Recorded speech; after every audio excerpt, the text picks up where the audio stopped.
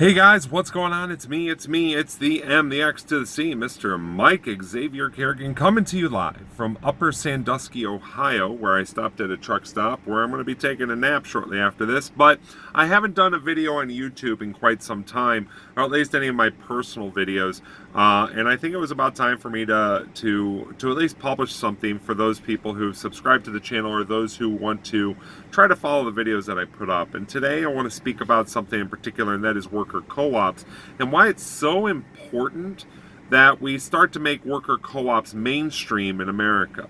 And why do I say that? Because, well, let's think about the way the American system currently works with corporations and these big-time CEOs.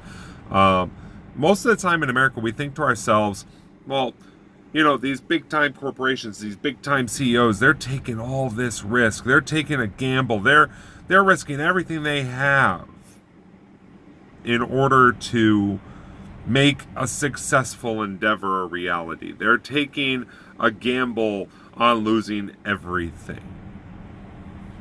Well, that might be true.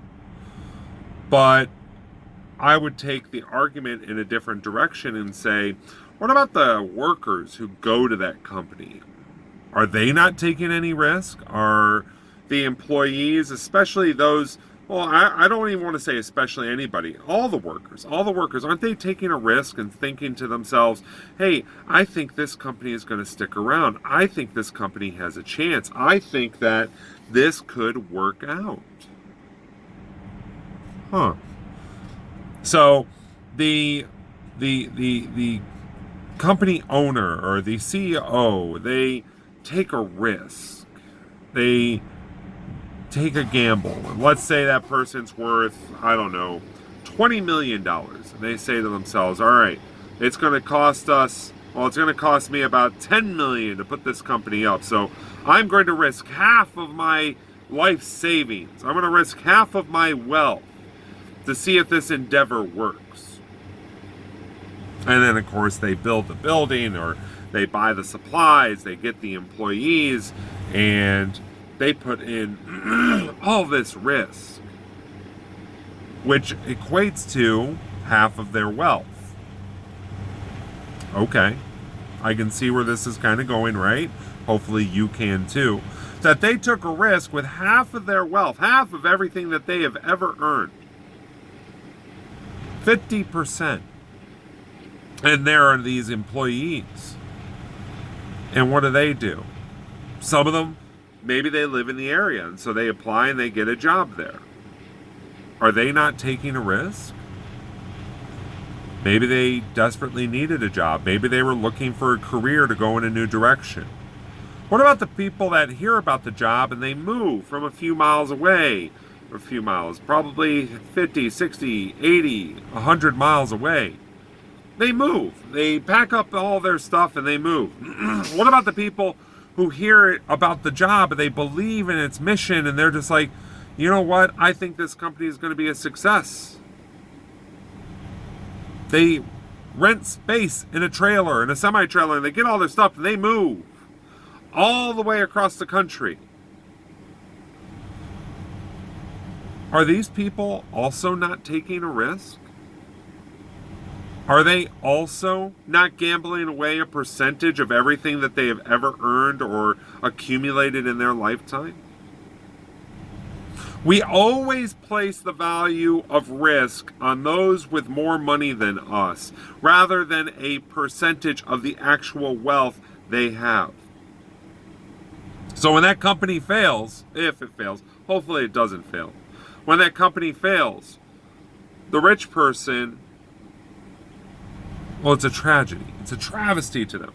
I just lost $10 million. Oh my God, woe is me. Okay, you lost $10 million. How much do you have left? Are you broke? Are you destitute? Do you have nothing, did you put everything on the line? No, he only put 50%. He still has $10 million more. And by the way, he or she, I'm just using he. Please don't make that into a big deal. But he lost 50%.